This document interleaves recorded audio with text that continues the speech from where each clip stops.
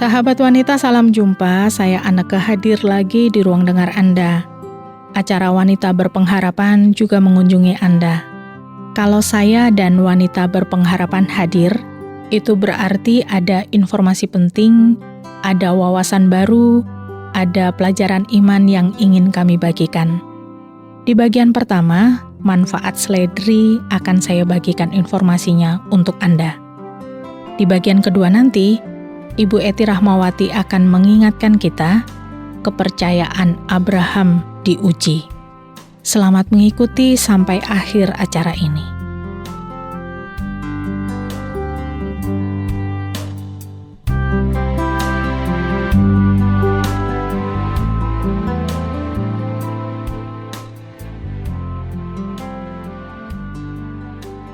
Sahabat wanita, saya yakin Anda sudah sangat bersahabat dengan seledri. Seledri merupakan sayuran yang termasuk keluarga wortel. Sayuran ini punya tangkai yang renyah dan bisa dipilih sebagai camilan rendah kalori. Menariknya lagi, seledri juga memberikan berbagai manfaat kesehatan untuk tubuh. Berbagai manfaat yang berasal dari sayuran ini terjadi karena ada kandungan nutrisi yang sangat beragam di dalamnya. Beragam manfaat seledri untuk kesehatan tidak perlu diragukan lagi. Seledri punya berbagai kandungan zat gizi mikro yang menjadikannya layak untuk dikonsumsi. Dalam 40 gram seledri, ada kalorinya, ada lemak, ada sodium, ada karbohidrat, ada serat, ada gula, ada protein, ada potasium, ada sodium, dan banyak lagi zat dan nutrisi yang lain.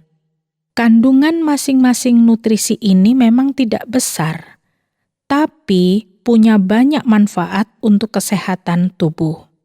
Karena kandungan masing-masing nutrisinya tidak besar atau tidak banyak, itu berarti hanya mengkonsumsi seledri saja tidak cukup untuk memenuhi gizi tubuh. Jadi, seledri perlu dipadu-padankan dengan bahan makanan yang lain. Tapi kalau bicara manfaatnya untuk kesehatan, seledri bisa mendukung kesehatan jantung. Selain punya kandungan air yang tinggi, sayuran ini juga mengandung banyak vitamin dan mineral, termasuk potasium dan kalsium, yang penting untuk kesehatan jantung. Di dalamnya juga mengandung folat dan vitamin K. Keduanya ini diperlukan untuk pembentukan sel darah merah dan pembekuan darah yang efektif. Sayuran ini juga merupakan sumber senyawa tanaman pelindung yang disebut flavonoid yang punya efek antiinflamasi dan perlindungan pada sistem kardiovaskular.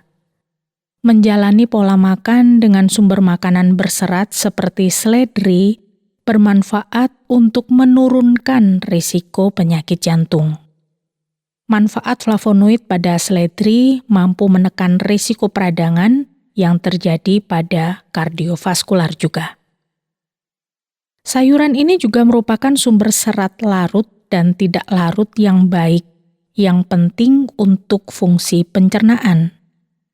Kandungan fitonutriennya juga bermanfaat untuk melindungi mukosa pencernaan dan mencegah tukak lambung. Beberapa praktisi pengobatan juga memanfaatkan ekstrak seledri untuk menurunkan tekanan darah. Penelitian itu menghasilkan suatu kesimpulan bahwa ekstrak seledri bisa mengurangi tekanan darah dan meningkatkan detak jantung. Seledri juga bisa meredakan hiperlipidemia. Ini gangguan peningkatan molekul lemak dalam darah. Kondisi ini seringkali tidak bergejala, tapi jangka panjang bisa meningkatkan risiko penyakit jantung dan stroke. Dengan indeks glikemik yang rendah dan kandungan serat yang tinggi, seledri bermanfaat untuk mereka yang perlu memantau kadar gula darahnya. Seledri juga efektif untuk mengurangi kadar glukosa darah. Seledri juga bisa membantu mencegah penyakit kanker. Seledri mengandung antioksidan yang sangat tinggi. Antioksidan ini bisa membantu melindungi tubuh mencegah terjadinya stres oksidatif yang bisa memicu pertumbuhan sel kanker. Suatu penelitian menunjukkan bahwa ekstrak biji seledri bisa meningkatkan kemampuan kognitif dan memori. Kandungan ini bisa menurunkan risiko dan mencegah penyakit Alzheimer. Seledri juga bisa menjaga kesehatan mata. Antioksidan dalam seledri mampu mencegah mata dari paparan radikal bebas yang bisa menyebabkan gangguan kesehatan mata. Bagi Anda yang masih ingin menurunkan berat badan, seledri bisa diandalkan. Kandungan serat dan airnya yang cukup tinggi dan kalorinya yang rendah, ini jadi modal seledri untuk bisa menjadi salah satu sayuran yang bisa membantu Anda menurunkan berat badan. Bagi ibu hamil, cobalah untuk mengkonsumsi seledri. Kandungan folat di dalamnya membuat perkembangan dan pertumbuhan janin dalam kandungan menjadi lebih optimal. Selain itu, ibu hamil bisa terhindar dari berbagai komplikasi yang rentan terjadi selama kehamilan. Seledri juga mengandung apigenin yang sangat baik untuk pertumbuhan dan perkembangan saraf. Kandungan ini juga mampu berkontribusi bagi kesehatan neuron atau sel saraf. Berbagai manfaat ini bisa didapat dari seledri yang dikonsumsi sebagai sayur maupun ekstraknya. Anda bisa membuat daftar menikmati seledri, misalnya keratin seledri, makanan gurih yang berbahan dasar seledri, atau sup krim seledri, atau bahan isian makanan atau kue yang dicampur seledri, kaldu sayuran seledri, atau aneka lauk dengan tambahan seledri. Bahkan bisa juga menikmati jus atau smoothie seledri. Selalu ingin saya mengingatkan, meskipun banyak manfaatnya bagi kesehatan, tetapi hati-hati saat mengkonsumsi seledri atau bahan makanan apapun. Intinya, segala sesuatu yang berlebihan tidak bagus, termasuk seledri. Bagi sebagian besar orang, seledri merupakan makanan yang sehat. Tapi bagi beberapa orang lainnya, mungkin punya alergi terhadap seledri. Reaksi ringan setelah mengkonsumsi seledri mungkin bisa terjadi. Misalnya gejala gatal pada mulut dan lidah, bersin, atau bahkan pilek. Penting juga untuk dicatat bahwa sayuran ini mengandung oksalat yang tinggi, sehingga mungkin tidak cocok dikonsumsi bagi mereka yang punya gangguan batu ginjal atau kondisi lainnya yang berhubungan dengan ginjal. Mengkonsumsi air rebusan seledri secara berlebihan bisa menyebabkan perut kembung. Efek samping ini bisa terjadi karena senyawa manitol yang cukup tinggi sehingga bisa memicu gangguan pencernaan. Jadi sahabat wanita, seledri adalah sayur atau bahan sayuran yang punya banyak nutrisi yang bermanfaat bagi kesehatan, yang bisa dikonsumsi dengan tidak berlebihan, tapi tidak bisa jadi obat tunggal. Silahkan menikmati seledri secukupnya untuk mendapatkan manfaatnya.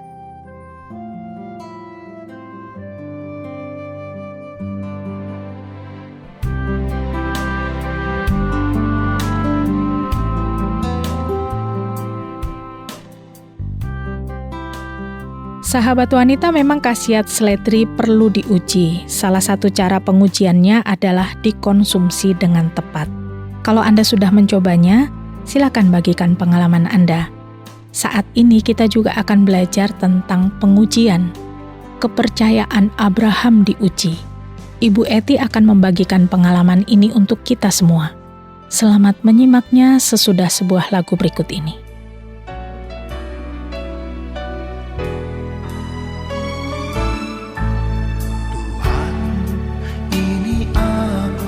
Jadikanlah ku alatmu untuk memberitakan Injil-Mu.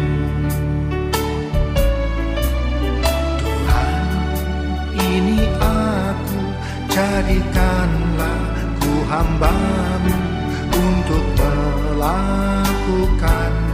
firman-Mu.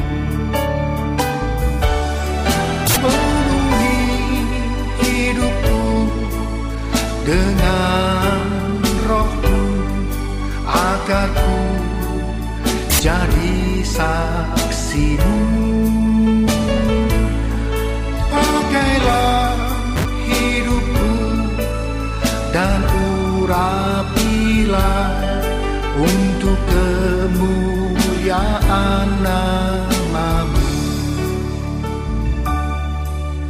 Tuhan, ini aku, jadikanlah ku alat-Mu untuk memberitakan Injil-Mu.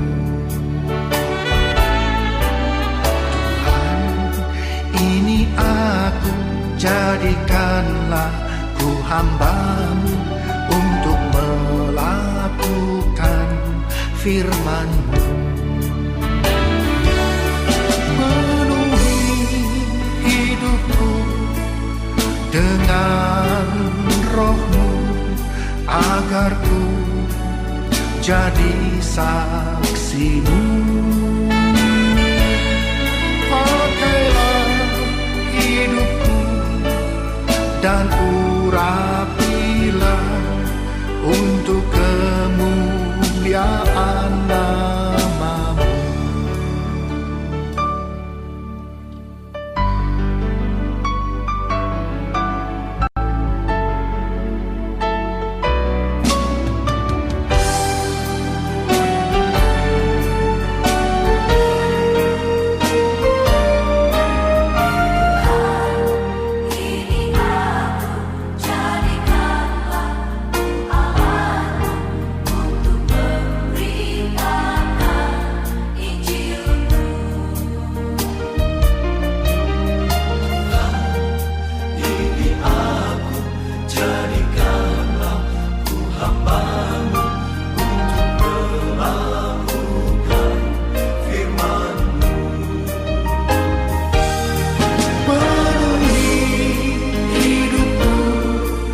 Dengan Roh-Mu, agar ku jadi saksi-Mu.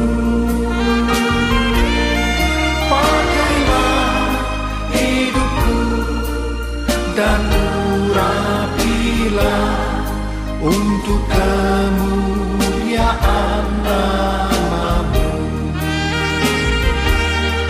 Penuhi hidupku dengan Roh-Mu, agar ku jadi saksi-Mu. Pakailah hidupku dan urapilah untuk kemuliaan nama-Mu. Untuk kemuliaan nama-Mu. Untuk kemuliaan nama-Mu.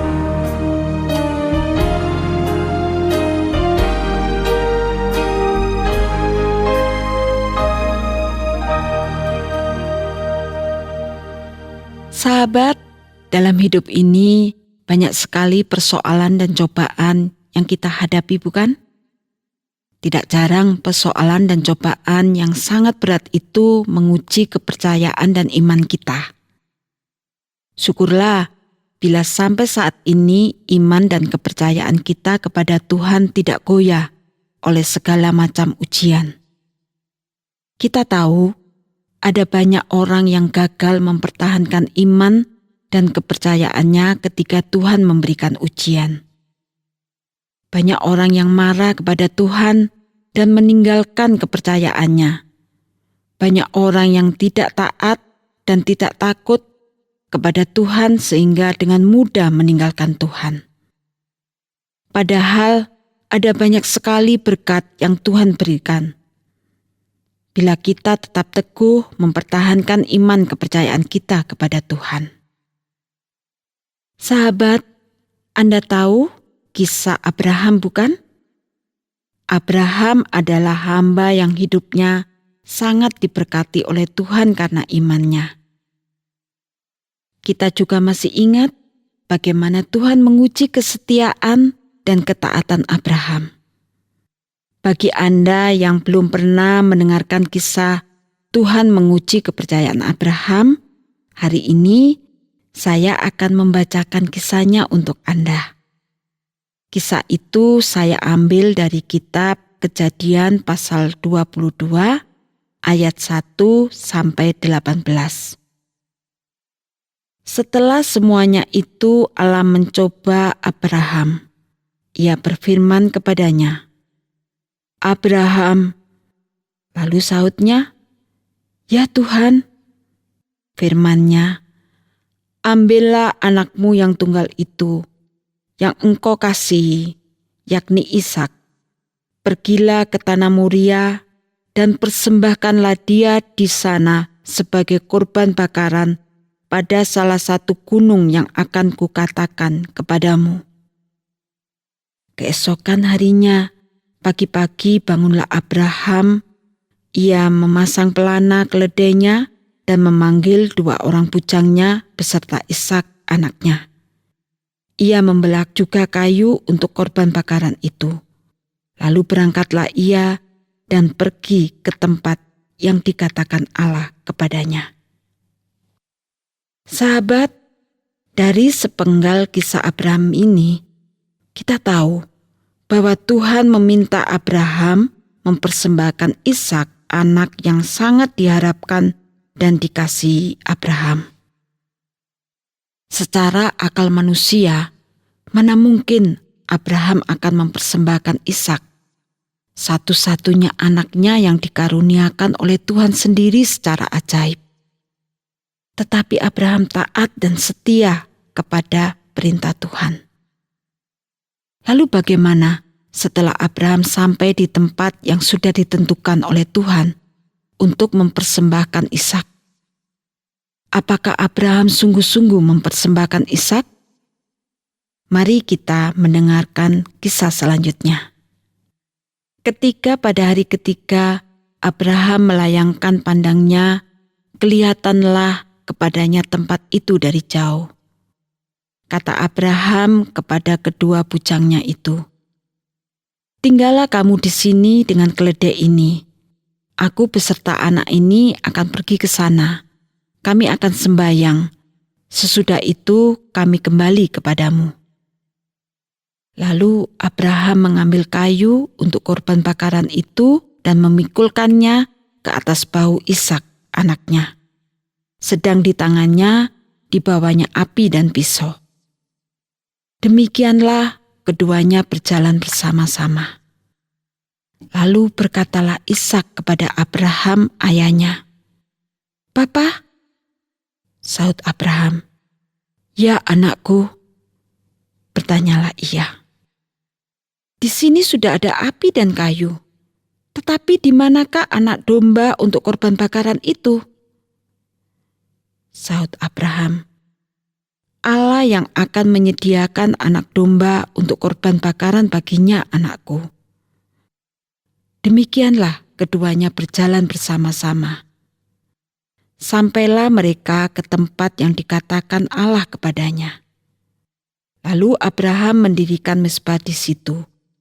Disusunnyalah kayu, diikatnya Ishak anaknya itu, dan diletakkannya di mezbah itu di atas kayu api.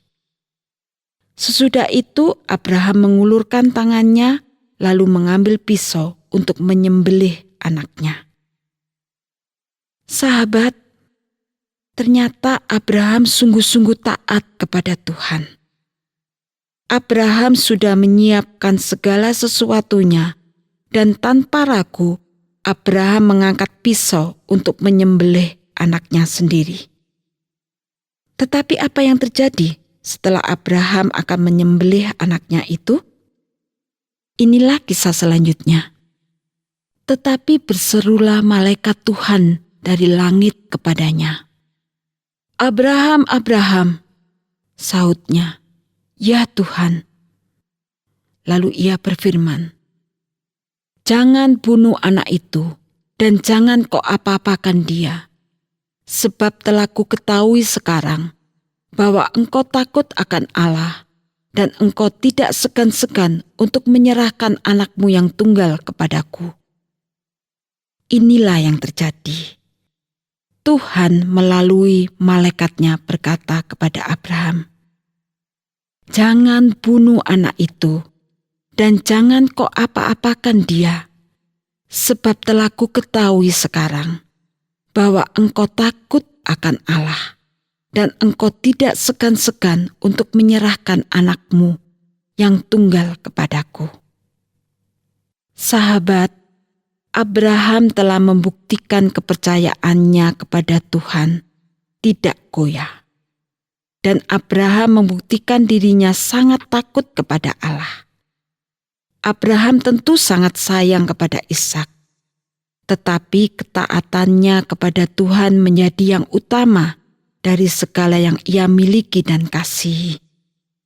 Ini satu teladan dari Abraham untuk kita hari ini.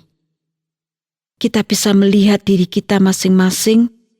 Apakah kita takut kepada Tuhan? Apakah kita mengutamakan Tuhan dari apa yang kita miliki di bumi ini? Nah, selanjutnya, apa kata Tuhan kepada Abraham? Untuk kedua kalinya berserulah malaikat Tuhan dari langit kepada Abraham, katanya, "Aku bersumpah demi diriku sendiri, demikianlah firman Tuhan. Karena engkau telah berbuat demikian, dan engkau tidak segan-segan untuk menyerahkan anakmu yang tunggal kepadaku, maka aku akan memberkati engkau berlimpah-limpah dan membuat keturunanmu sangat banyak seperti bintang di langit dan seperti pasir di tepi laut. Dan keturunanmu itu akan menduduki kota-kota musuhnya.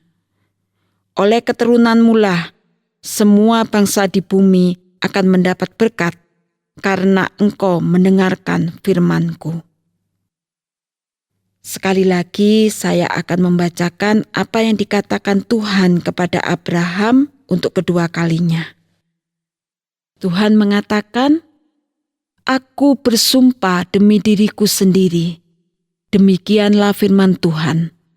Karena engkau telah berbuat demikian, dan engkau tidak segan-segan untuk menyerahkan anakmu yang tunggal kepadaku, maka aku akan memberkati engkau berlimpah-limpah dan membuat keturunanmu sangat banyak, seperti bintang di langit dan seperti pasir di tepi laut. Dan keturunanmu itu akan menduduki kota-kota musuhnya.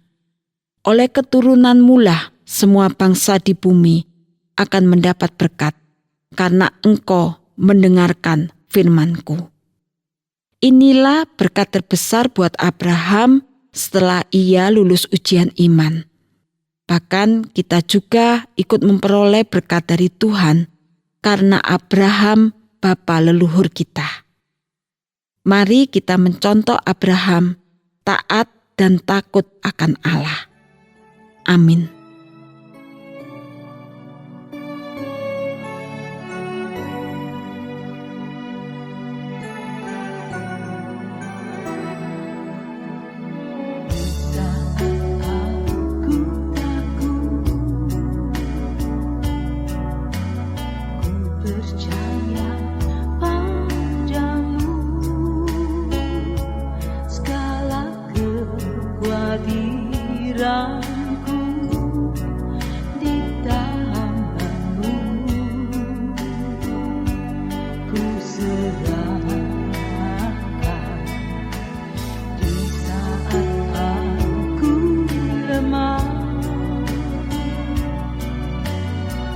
Bersandar padamu, segala kesesakanku telah kau tanggung bagiku.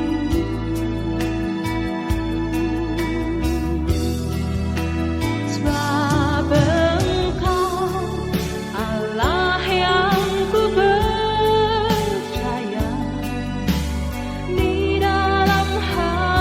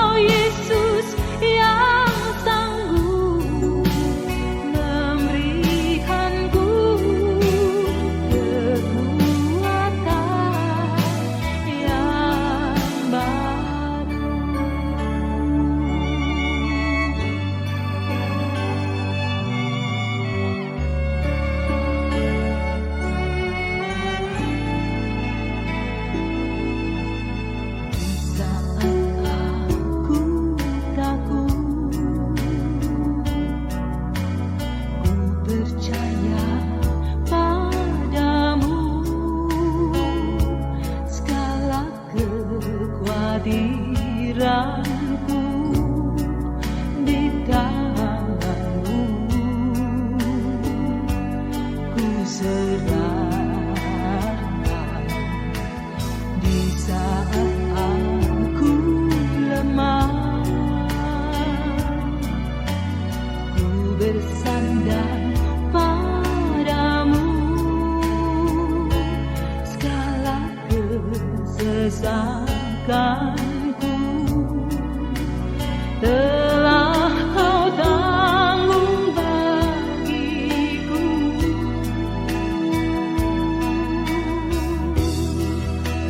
Sebab Engkau Allah yang ku percaya, di dalam hatiku hanya Engkau Yesus yang sanggup memberikanku kelegaan. Ya Engkau Allah yang ku percaya, di dalam hidupku hanya Engkau Yesus yang sanggup memberikanku kekuatan yang baru.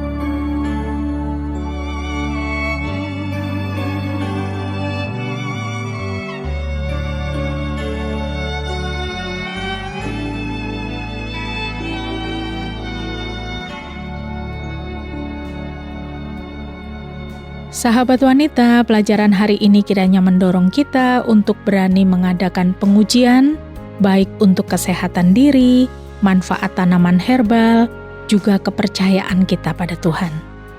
Ada pengalaman yang ingin Anda bagikan? Atau Anda punya pertanyaan? Mau menanggapi acara ini?